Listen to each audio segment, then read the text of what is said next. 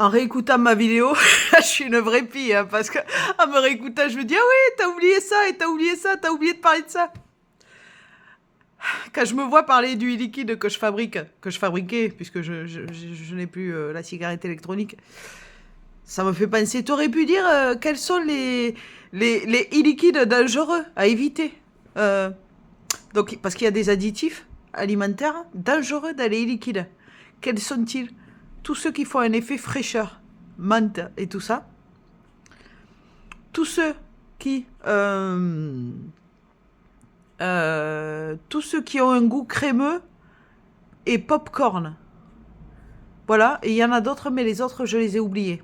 J'avais fait des longues recherches, évidemment, pour apprendre à fabriquer mes liquides à une époque. Et ouais, donc faut éviter tout ce qui est popcorn, crémeux, frais dans le liquide. Ils sont très cancérigènes, très allergisants et tout. Et après, faut faire gaffe, parce qu'il y en a certaines dans lesquelles il y a des arômes artificiels et d'autres des arômes naturels. Privilégiez bien sûr les arômes naturels, hein, comme sur... Oh, j'ai oublié les noms des sites. Mais vous tapez liquide naturel, vous allez trouver. Euh, Voilà, mais ouais. Et il faut prendre en compte aussi qu'on peut être allergique à n'importe quoi, hein, même à un liquide. Euh, Même un arôme dans un liquide, quoi. Donc, voilà. Si vous avez des symptômes, de toute façon, changez de marque ou arrêtez carrément la cigarette électro, quoi. Surtout si vous avez des allergies aux métaux, quoi. Ouais. Bon, enfin, voilà. C'était mon conseil pour éviter les additifs. Les additifs dans les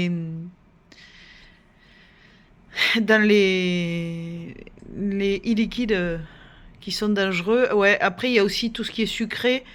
Ça, c'est pas dangereux. Par contre, ça va vous donner envie de manger du sucré. Ça va vous rendre encore plus accro au sucre que vous étiez déjà si vous l'étiez. Ou alors vous rendre accro au sucre. Donc, dans l'idéal, il faut aussi éviter les additifs sucrés dans les e-liquides pour cigarettes électroniques, hein. Voilà. Et sachez que, quand même, au vapoteur, que j'ai une allergie au nickel et que ma douleur au thorax qui a duré très longtemps s'est arrêtée que quand j'ai arrêté la cigarette électro. Et pourtant, j'avais la Gozed, celle tout en plastique autour, et qui doit avoir donc moins de nickel au total. Il y en a peut-être dedans, mais...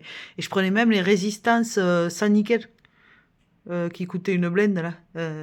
Mais bon, il doit quand même y avoir, dans l'atomiseur, là, la partie supérieure, il doit quand même y avoir du nickel, parce que voilà, ma douleur au thorax est vraiment partie que quand j'ai arrêté la cigarette électro. Complètement. Même en fabriquant mon e-liquide et même en prenant une cigarette électronique presque complètement en plastique. Voilà, bonne journée.